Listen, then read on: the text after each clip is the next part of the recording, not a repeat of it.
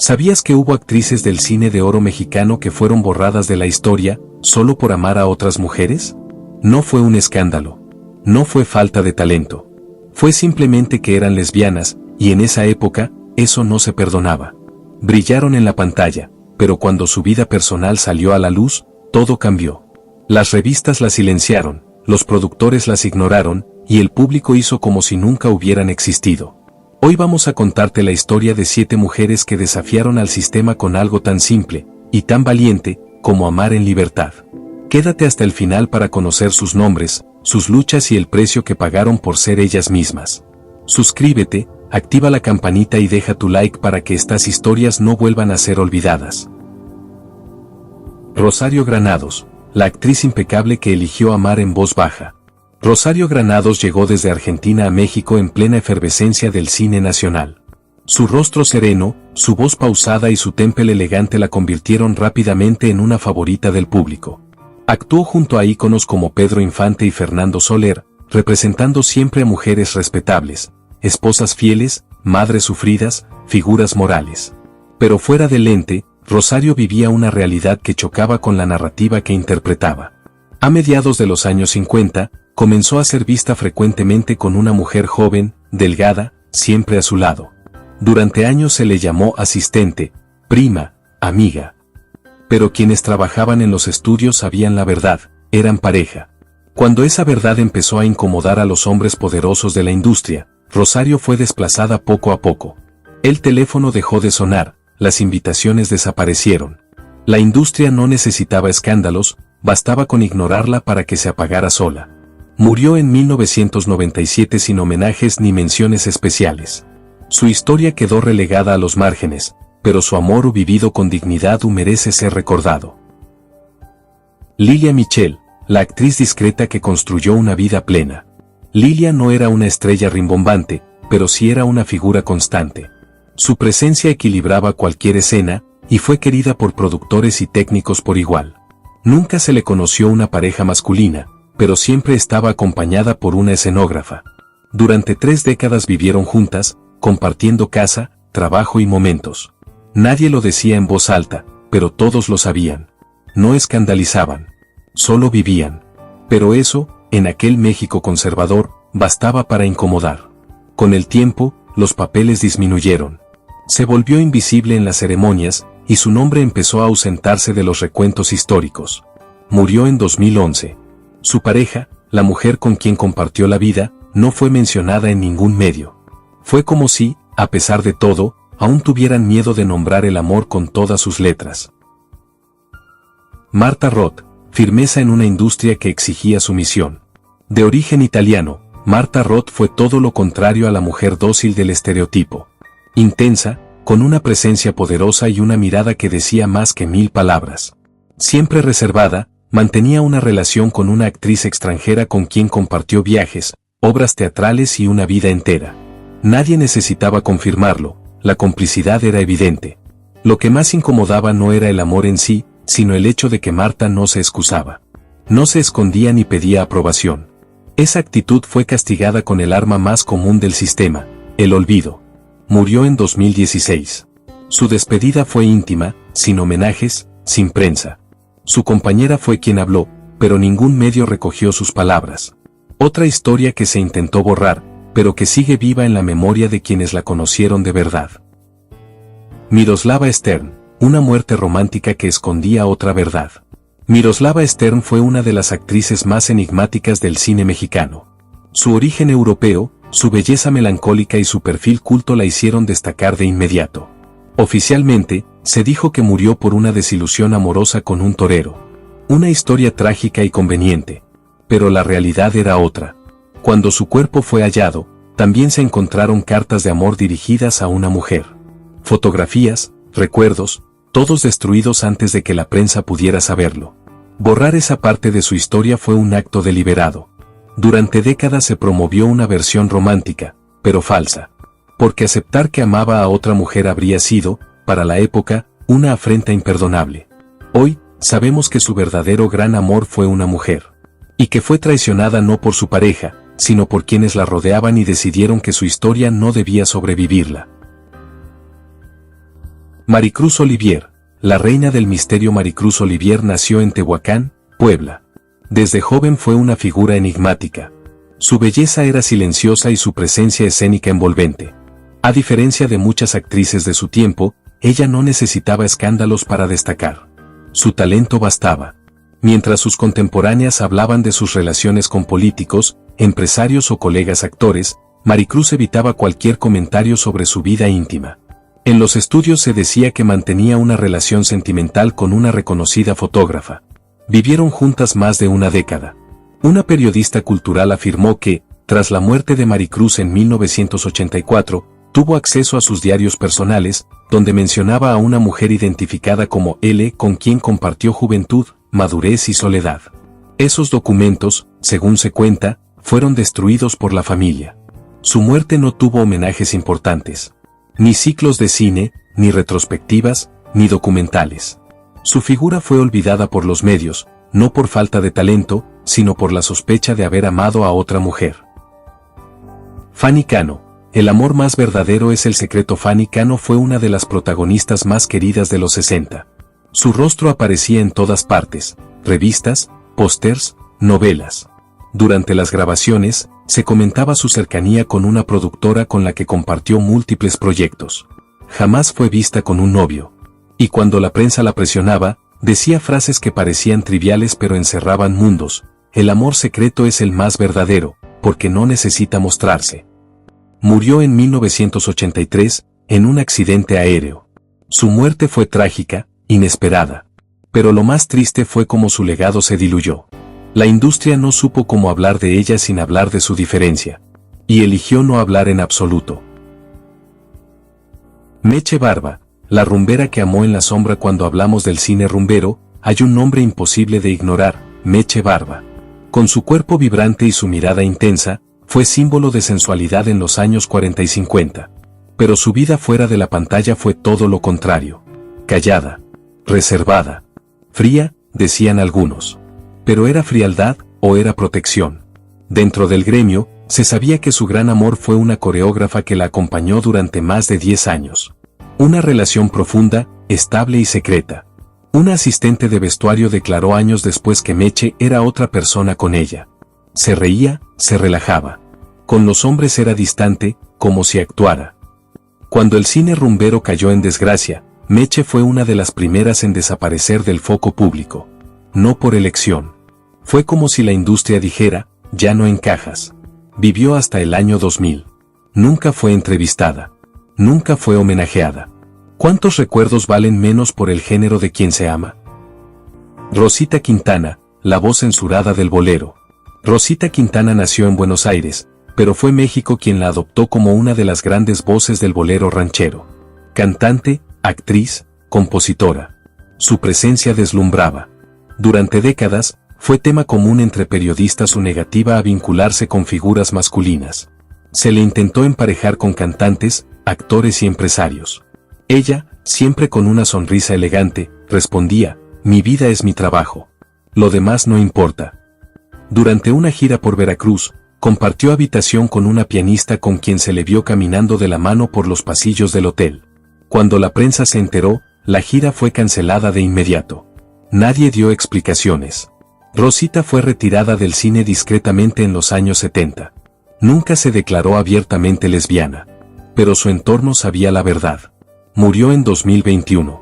Ya centenaria. Sin reconocimientos estatales, sin murales, sin placas. ¿No era suficiente haber sido una estrella? ¿Por qué su amor definió su memoria? Isabela Corona, la dama de hierro del escenario. De rostro firme y voz rotunda, Isabela Corona nunca fue la joven inocente de las telenovelas. Ella era la autoridad. La matriarca. La que imponía respeto con una sola mirada. Detrás de escena, su vida privada fue un secreto guardado con acero. Durante más de 2 décadas compartió casa con otra actriz. Asistían juntas a eventos culturales, a cenas privadas, a premiaciones, pero nunca se les presentó como pareja. Una vez, en una entrevista, le preguntaron por qué no se había casado. Respondió, una mujer que trabaja como yo no tiene tiempo para esposos. Esa frase se convirtió en su escudo. Una barrera que protegía la verdad, pero también la condenaba al aislamiento. Murió en 1993. Su funeral fue discreto. Ninguna cadena televisiva transmitió homenajes, ni discursos, ni flores de instituciones. Solo el silencio. El silencio que siempre la rodeó. El mismo que, hoy, debemos romper. Labat, el silencio como forma de resistencia. Enriqueta Margarita Labat Bayona nació el 22 de febrero de 1929 en la Ciudad de México, siendo hija de Francisco José Labat Verástegui y Edelmira Bayona de Labat, de soltera, Edelmira Bayona Oropesa, y teniendo un hermano y dos hermanas, que unos años más tarde se complementaron con dos hermanos más. Estos fueron los actores de doblaje y locutores, Jorge Labat y José Labat. Sus padres se divorciaron, y tiempo después su papá se casó con una mujer llamada Susana Romo González.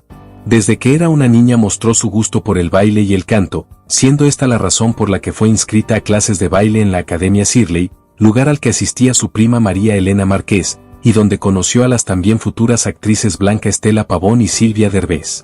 Aunque inicialmente tenía como objetivo convertirse en vedette, cambió de parecer al ver que las bailarinas de ese tipo usaban muy poca ropa para presentarse, por lo que en su lugar y siendo apoyada por su familia, en 1945 optó por probar suerte narrando radionovelas transmitidas por la estación SEGP, con las que obtuvo buena recepción del público por su tono de voz. Con Márquez, su prima, entabló una amistad que influyó mucho en su vida, pues fue gracias a ella que se convirtió en actriz de cine. Esto sucedió después de que Márquez ganara un concurso entre 1941 y 1942, que le dio la oportunidad de iniciar una carrera como actriz de cine. Luego de que completara algunos trabajos fílmicos, ambas volvieron a encontrarse, y Márquez la invitó a participar como extra en Las Colegialas, una película de 1946 que se convirtió en el primer trabajo cinematográfico de Labat.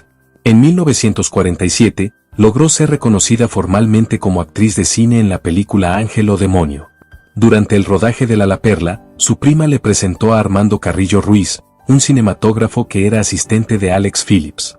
Al conocerlo se enamoró de él y con el tiempo se volvieron novios.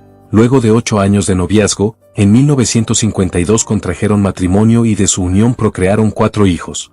Uno de ellos el comentarista de deportes Pablo Carrillo, que participó como Hugo en el filme El Libro de Piedra de 1969, así como a Armando, Teresa y Enrique, que intervino en las películas Domingo Salvaje de 1967 y Sorgeye de 1968. Con quien procreó 4 hijos, Armando, Teresa, Enrique y Pablo.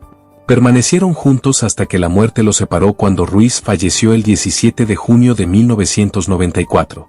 Su marido fue enterrado en el Panteón Cipreses, ubicado en Naucalpan de Juárez, Estado de México. Queta era elegante, profesional, amada por su compromiso con cada papel. Nunca causó polémicas, nunca buscó atención. Pero su vida íntima fue suficiente para que la industria la empujara hacia los márgenes. Compartió su vida con una mujer que los medios se empeñaron en llamar su amiga. Sin embargo, su entorno cercano sabía que eran pareja, compañeras de camino. Aún sin escándalos, su carrera se desvaneció. La televisión ya no la llamaba. Los festivales no la invitaban. Fue una retirada sin ruido, pero no sin intención. Murió con dignidad, pero también con ese manto de invisibilidad que pesaba más que cualquier crítica. Su historia fue una de tantas que se dejaron de contar para que el sistema siguiera funcionando sin confrontarse. Marga López, fuerte, libre, y por eso peligrosa. Marga fue una de las actrices más completas de su tiempo. Con un rango actoral impresionante, podía pasar del drama a la comedia sin esfuerzo. Aunque nacida en Argentina, fue en México donde floreció como figura. Era distinta, carismática, sí, pero también independiente. Se casó, tuvo hijos, y luego rompió con ese molde. Viajaba sola, tomaba decisiones sin pedir permiso, y no se prestaba al juego del doble discurso. En los sets se hablaba de su relación con una escritora de guiones que siempre estaba cerca. No lo confirmaban, pero tampoco lo escondían. Vivían en la misma propiedad, compartían proyectos, viajes y años de vida. La industria, acostumbrada a controlar la narrativa femenina, no supo qué hacer con una mujer que no obedecía. Poco a poco, Marga fue relegada a papeles menores. Su legado no fue destruido, pero sí atenuado. Murió en 2005, y aunque se le rindió cierto reconocimiento, su compañera de vida no fue nombrada. Se perdió la oportunidad de contar la historia completa de una mujer que se negó a fingir. María Luisa Sea, la belleza que no se ajustaba. Nació en la Ciudad de México el 5 de febrero de 1913, 4 días antes del golpe de estado militar del general Victoriano Huerta, más conocido como la Decena Trágica. Fue profesora de educación física antes de que debutara en el cine en 1933 con la 10ª cinta sonora mexicana, Su última canción. Dirigida inicialmente por el austrohúngaro John H.U., este dejó el proyecto para perseguir a su esposa después de que lo hubiera abandonado, y la película fue completada por Fernando de Fuentes. En 1938 participa en el proyecto más ambicioso del cine mexicano hasta el momento, La Sandunga. La película tendría como estrella a Lupe Vélez, por entonces muy popular en Hollywood, rodeándola de los mejores actores de la época como Arturo de Córdoba y Joaquín Pardavé, y la misma María Luisa. Ya considerada como una estrella, ese mismo año confirmó su estatus al protagonizar La India Bonita junto al debutante Emilio Tuero. Sería de allí de donde salió el mote por el que se la acabaría conociendo. Al respecto, el escritor David Ramón diría que Sea fue una de esas primeras estrellas del cine sonoro mexicano. Vino a representar con su bellísimo rostro la lírica mexicana, la volvió imagen fílmica que queda inscrita en nuestro cine. En alguna forma se le encasilló, entonces no era peyorativo, como la India Bonita, una mujer hermosísima que representa la belleza de la mujer mexicana. Como cantante hizo giras por Cuba, Estados Unidos y algunos países sudamericanos, incluso hasta modeló lencería. También fue imagen de uno de los calendarios clásicos de Jesús Helguera, e inclusive se dijo que fue de las primeras en posar desnuda para las cámaras cinematográficas mexicanas. Una muestra de su audacia es la escena en la que sale de un río y se le puede ver un seno en la sandunga. Era una mujer muy desinhibida, con un erotismo que le salía de todo su ser y que siempre asumió plenamente. María Luisa Sea logró trabajar con todos los grandes de la época y se la vio junto a Pedro Armendáriz, David Silva, Cantinflas, Emilio Fernández, Luis Aguilar, Ramón Gay, Jorge Negrete o Pedro Infante. Con estos últimos se le relacionó sentimentalmente, y hay que decir que en las cintas donde trabajó con Infante ella era la estrella absoluta. María Luisa vivió una etapa de decadencia en los años 50, cuando empezó a considerársela demasiado mayor para ser protagonista. Su última película importante fue Dicen que soy comunista, de Alejandro Galindo. Pese a la negativa de Adalberto Martínez a tenerla por pareja, después de este largometraje aún trabajaría en unos cuantos más antes de que acabara optando por el retiro. Con su elegancia nostálgica y voz suave, María Luisa Sea transitó entre el cine, la radio y la televisión. En los años 40 brillaba. En los 50, comenzó a desaparecer. Sin explicación. Sin escándalo. Se decía que mantenía una relación afectiva con una actriz de reparto. Nunca fue confirmado, pero su negativa a casarse fue mal vista por los productores. En una época donde las actrices debían dar buena imagen, su independencia fue condenada. Murió en 2002. Sin homenajes, sin entrevistas. Su nombre aparece apenas como una nota al pie. Como si su vida no mereciera ser contada por completo. Andrea Palma, el personaje que eligió ser. Guadalupe Bracho Pérez Gavilán nació el 16 de abril de 1903 Durango, siendo hija de Julio Bracho Zuloaga, un hacendado y propietario de una industria textil, y de Luz Pérez Gavilán. Mostró interés por la vida artística desde su infancia e incluso sus juegos infantiles, que compartió con su prima Dolores Azún Solo, quien más tarde se convirtió en Dolores del Río, giraban en torno a espectáculos imaginarios. En 1913, después de que perdió sus posesiones a causa de la Revolución Mexicana, decidió mudarse con su familia a Ciudad de México, donde vivieron una época económica precaria. Comenzó a interesarse en el teatro durante sus años de escuela y además le gustaba diseñar el vestuario de las representaciones escolares. Fue también por esta época donde vio por primera vez una película muda estadounidense, experiencia que la dejó deslumbrada. Un poco más adelante, por invitación de su primo, el actor Ramón Novarro, pasó una temporada en Hollywood. Regresó a México unos meses después sin haber conocido ningún estudio de cine, ya que su padre, a quien le desagradaba su interés por el cine, se lo prohibió expresamente. A su vuelta de Hollywood comenzó a trabajar en la tienda La Ciudad de Londres. A principios de los años 20, se desempeñó como artesana de sombreros para apoyar la economía familiar, y estableció un negocio llamado Casa Andrea, de donde posteriormente tomó su nombre artístico, añadiéndole el apellido de una de sus clientes, la elegante señora Palma. Se hace conocida en el mundo teatral, teniendo su primera oportunidad reemplazando a su amiga Isabela Corona cuando tuvo familia.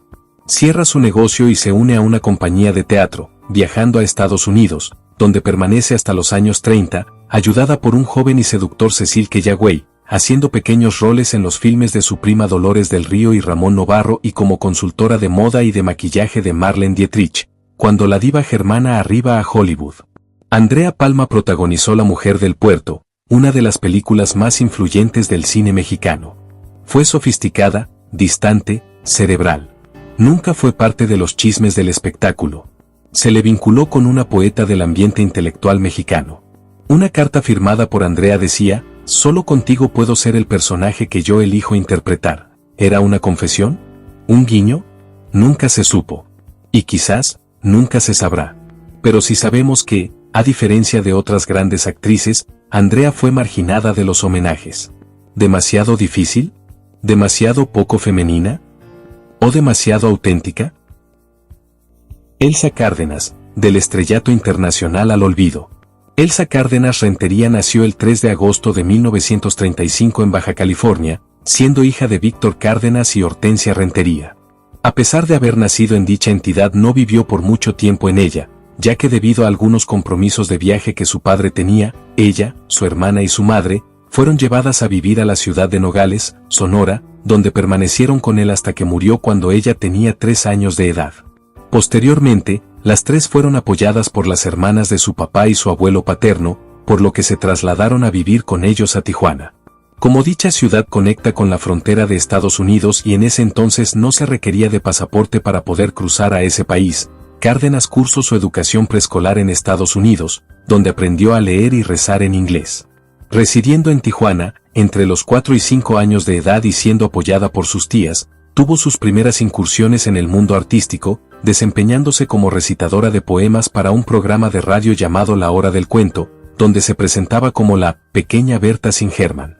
3 años después, cuando cumplió 8 años, sus familiares se la llevaron a vivir a Ciudad de México, donde la inscribieron en el Colegio Teresiano del Sagrado Corazón de Jesús, un internado escolar católico en el que realizó su formación primaria, y donde además solía montar obras teatrales con ayuda de sus compañeras internas. Elsa fue una de las pocas mexicanas que pisó Hollywood. Actuó junto a James Dean, trabajó en producciones internacionales, y fue vista como una figura refinada, casi aristocrática. Pero al volver a México, todo cambió.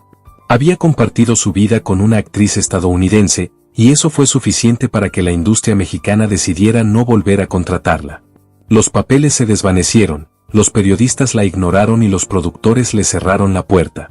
Murió en el anonimato, sin que se mencionara a la mujer con quien vivió sus últimos años. Más doloroso aún, fue sepultada bajo otro nombre, como si hasta en la muerte se buscara borrar su identidad. Estas mujeres no fueron olvidadas por falta de talento. Fueron eliminadas del recuerdo por haber amado sin pedir permiso. No causaron escándalos. No se rebelaron con gritos. Solo decidieron vivir con verdad. Y eso fue, para la industria, su mayor pecado. Hoy, al recordarlas, hacemos un acto de justicia. Porque la historia del cine de oro está incompleta sin ellas. Porque la memoria también se puede usar para sanar. Si este video te conmovió, compártelo. Suscríbete y únete a este ejercicio de memoria colectiva. Las voces que una vez fueron silenciadas, hoy vuelven a hablar.